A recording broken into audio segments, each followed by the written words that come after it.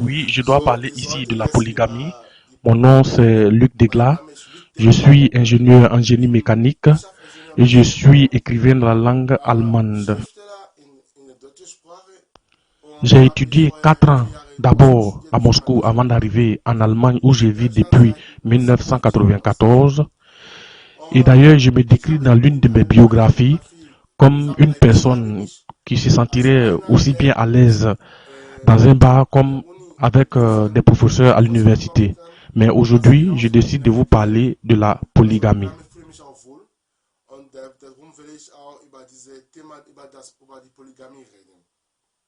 Ben, pour moi, dans un premier temps, une relation qui se passe entre deux personnes, une tierce personne n'a absolument rien à voir dans cette relation, que ce soit clair.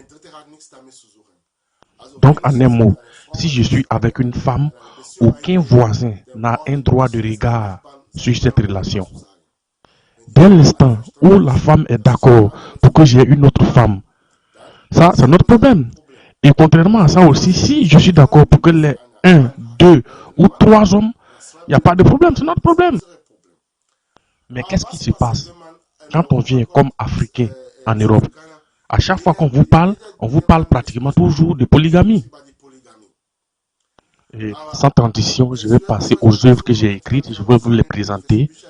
J'ai un premier livre qui s'appelle L'œil de l'Africain ou Le regard de l'Africain qui parle beaucoup de l'amour et qui explique la situation d'un Africain un peu partout dans le monde.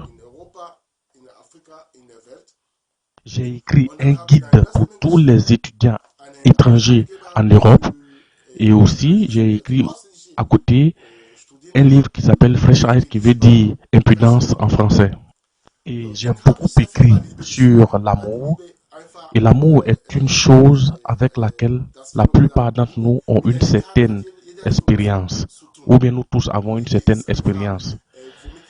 Mais qu'est-ce que j'ai fait comme remarque? Ma vie dans les bars m'ont démontré que plusieurs personnes sortent chaque week-end pour pouvoir faire des rencontres amoureuses. Et sur Internet, sur le web, il y a un boom économique qui est dû à des rencontres aussi qui sont organisées pour des rencontres amoureuses. Et ils se font de l'argent sérieusement. Et de l'autre côté aussi, qu'est-ce que j'ai remarqué?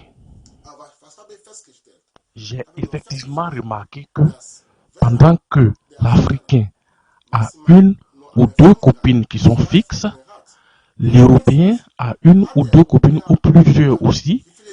Mais ce qu'on ne comprend pas, c'est que la notion de copine n'existe pas véritablement en Afrique.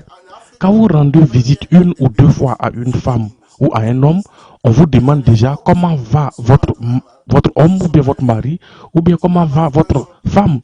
Et donc moi, dans ma langue maternelle, la notion de copine n'existe pas véritablement. Donc mon amour, c'est ma femme ou mon mari. Ici en Europe, nous avons la notion de copine et donc la femme est celle avec laquelle on a signé.